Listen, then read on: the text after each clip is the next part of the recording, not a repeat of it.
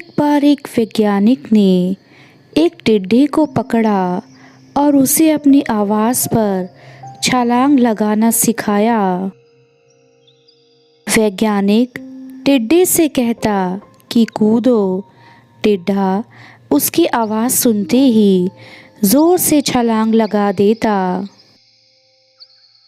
अब वह वैज्ञानिक था तो प्रयोग करना बनता ही था। उसने टिड्डे की छलांग पर प्रयोग किया। वैज्ञानिक ने उसकी एक टांग तोड़ दी और फिर बोला कि अब कूदो। अब टिड्डे की छलांग की दूरी कम हो गई। वैज्ञानिक ने अब उसकी दूसरी टांग तोड़ दी और फिर बोला, कूदो। टिड्डे की छलांग अब और भी ज़्यादा कम हो गई। अब तोड़ी गई उसकी तीसरी टांग।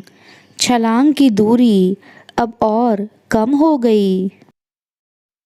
एक एक करके बेचारे टिड्डे की सारी टांगें तोड़ दी गई। अब आखिरी टांग टूटने पर जब उससे कहा गया कूदो तो वह हिल भी नहीं पाया। अब वैज्ञानिक ने अपना निष्कर्ष अपनी डायरी में लिखा और जानते हो उसने क्या लिखा? जब टिड्डे की एक टांग तोड़ी गई तो वह थोड़ा बहरा हो गया। जब उसकी दूसरी टांग तोड़ी गई तो वह और बहरा हो गया। हर टांग टूटने के साथ वह और बहरा होता गया। और सारी टांग टूटने के बाद तो वह बिल्कुल ही बहरा हो गया। ज़ोर ज़ोर से चिल्लाने का भी उस पर कोई असर नहीं हुआ।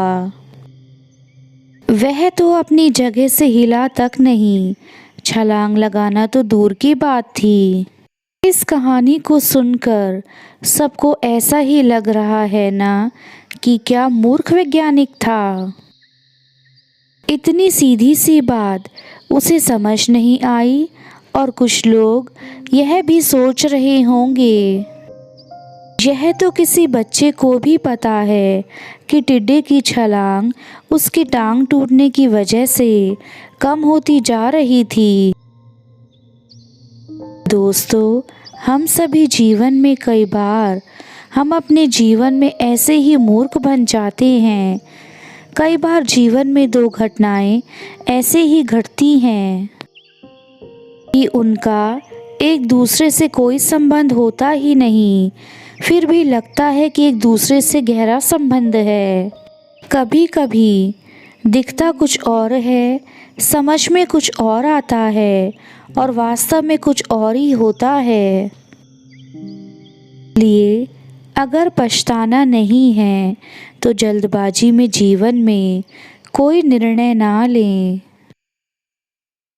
हमेशा समझ-बूझ का इस्तेमाल करें, सावधानी बरतें। नतीजा सोच समझकर ही निकालिए। दोस्तों, आपको यह छोटी सी कहानी कैसी लग रही है? कमेंट बॉक्स में लिखकर ज़रूर बताइएगा। आप अपने सुझाव भी बताइए ताकि हम और अच्छा करने की कोशिश करें। धन्यवाद।